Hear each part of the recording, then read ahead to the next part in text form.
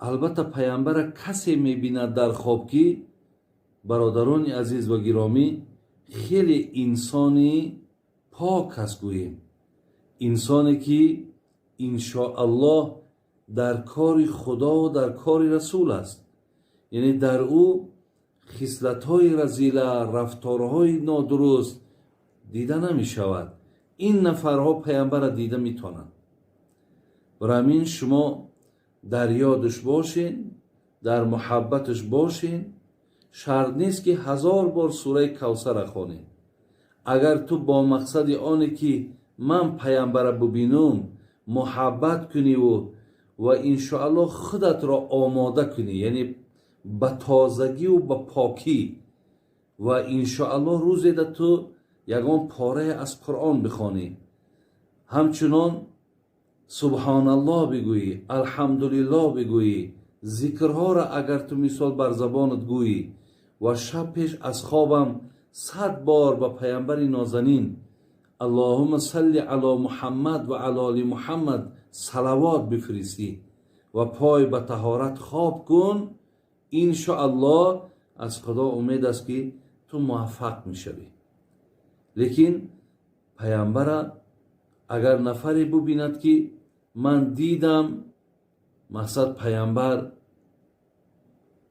بیریش بود یا دیدم که چهره بسیار سیاه داشت، معلوم است که برادران و خواهران عزیز وای پیامبر نیست.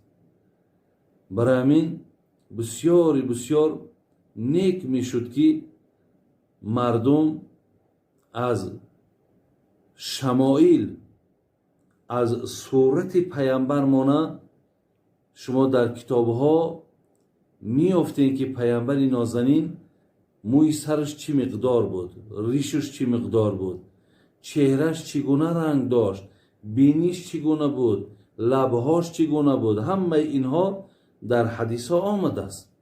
برای این وقت شما اگر از روی خبر کتاب ها آگاهی داشته باشین و چهره پیامبر از خواندگی هاتون تصور کرده تانین انا با همون صورت ببینین، انشاءالله وای پیامبر است.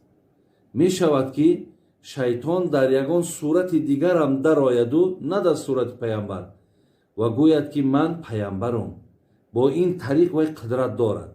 ولی وقتی اگر شما از شمائل حضرت که آگاهی داشته باشین با او مقایسه میکنین، موافق آمد البته قبول، موافق نه آمد قبولش نمیکنین.